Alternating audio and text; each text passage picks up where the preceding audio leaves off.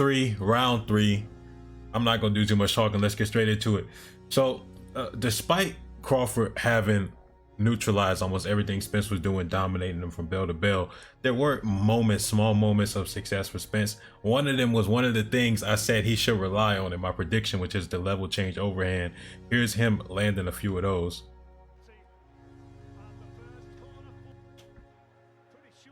These level change shots are very useful in this fight because Crawford has shown a susceptibility to them.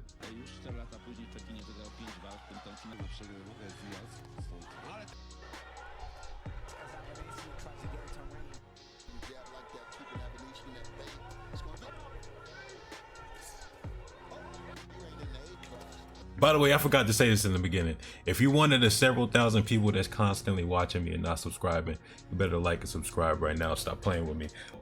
Round 1, I was talking about how Spence was looking normal until he got hit with a good shot. He started backing up. Signs were on the wall. This stuff was going to start looking different. Round 2 is where you start seeing the desperation. Here we're going to talk about how you see him looking like a different fighter, and that's slowly starting to build up over time.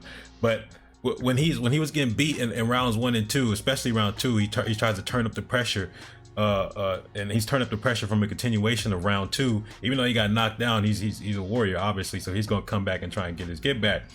But he's getting beaten to the punch, and he felt compelled to catch up. So the urgency is even greater because of the knockdown. So when you're a hammer, every problem looks like a nail. So he responds like how he always does. He hammers away. But Crawford has a lot more than a hammer.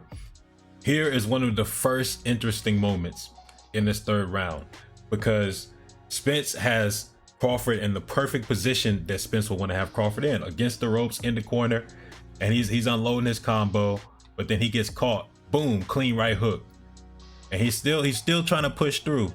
Frames on Crawford's face, pushes him back, trying to work, but sooner or later Crawford's gonna push him back, and then from there he's not gonna want to crash in like how he was before. He's not gonna try and force the inside fight like how he did before. You're gonna see him stand at range, throwing a jab to the body, standing at range. So that's one of the first big signs. Spence had Crawford in the position where he wanted him. Crawford gets him off. Spence doesn't want to come back in, and then you're gonna see Crawford backs him up with just a jab. So Crawford always is trying to make space to get his work off in the ranges where he feels most comfortable. Spence, on the other hand, is trying to get in his range where he feels most comfortable, which is on the inside. But even in the most advantageous position, having him against the corner, having him in the corner, Crawford was able to push him back. But the worst part about it is that Spence didn't want to go back. So when Spence's jab isn't working to help him get inside, he has that secondary tool, that duck in, where he gets low and then brings that head up to their chest, and now he's on the inside. But Crawford does a good job of getting head control immediately. So he's neutralizing parts of his vision and parts of his leverage, and then obviously he's controlling that lead hand and shutting that down by getting that underhook. And then he's turning Spence around, he's blinding his vision. But regardless, Spence still has that backhand free. He does nothing with it.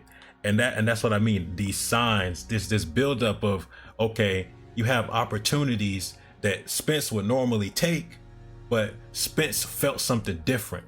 He felt that power, he felt that strength and leverage on the inside. So when he got caught with that right hook and then he got pushed back, he didn't come back in. When he was in the clinch, he had that left hand free to throw some punches. He didn't feel like doing it because he felt something was gonna come back to him. This little piece right here is just another good example of why this performance was a masterclass, because truthfully, Crawford didn't have to get in his bag.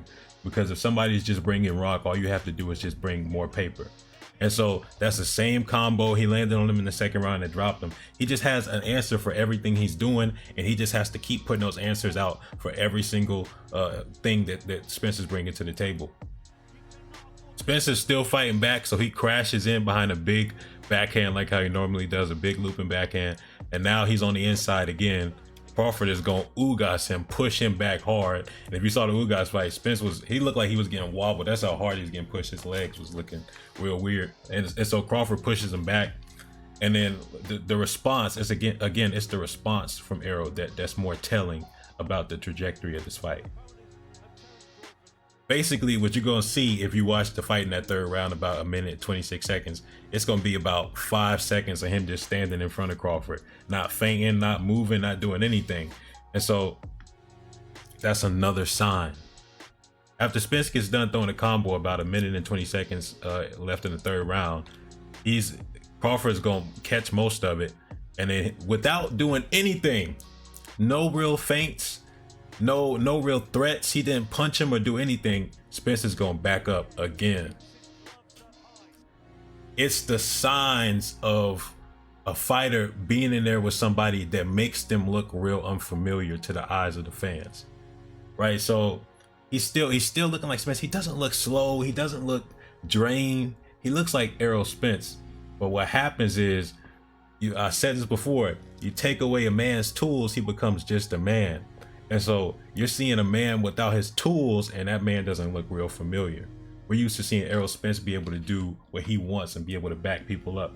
He's the one being backed up because he's in there with somebody who took away everything from him. And so here's going to be another inside exchange. Crawford's going to do a good job of getting that arm in there to lock up his lead arm, and he's putting that outward pressure so that Spence can't do anything with that arm. But if he does try and do anything with that arm, that's a pressure sensor, meaning that when he moves that arm, Crawford's going to feel it and he's going to be able to defend himself. But then when he pushes it out, it makes space, and that makes space for him to come over top with the overhook and completely shut down that arm and shoulder. But then again, if you look, the back arm is free and he's not going to do anything with it. Here Crawford is jamming up that lead arm again, and then Spence's that left arm is free, but he's throwing arm punches because Bud has control over the hips, and that means he has control over the leverage. So you see that hand right there has control over the hips, and so Spence can't really turn into his punches. And so even when he tries to throw the left hand, it's an arm punch anyway. So right arm shut down, left hip shut down, he can't do anything, and he just backs him up and bullies him. This exact moment is kind of evidence of why I made 2 lateral movement vids for Spence. I was like, how does Spence deal with lateral movement? One is evasive lateral movement, people trying to escape and make room, which Crawford is prone to do. But then one is offensive lateral movement. When they're exchanging in the pocket, how does he respond to somebody with quicker feet than him that's going to get around his shots and put themselves in better angles and positions? And here Crawford's going to do exactly that. And he lands a big shot, wobbles Spence. You see his legs go a little bit. And again, it's moments like these where Spence builds up the hesitancy. He gets desperate. He starts making more mistakes. He starts looking real unfamiliar. Probably do round 4 next in the next few hours, likely. Immortality serum out. How can I die if I'm immortal? Monster in my eyes, I'm immoral. I ain't got no time to be cordial. Ripping up shit, I'm making big decisions. I'm feeling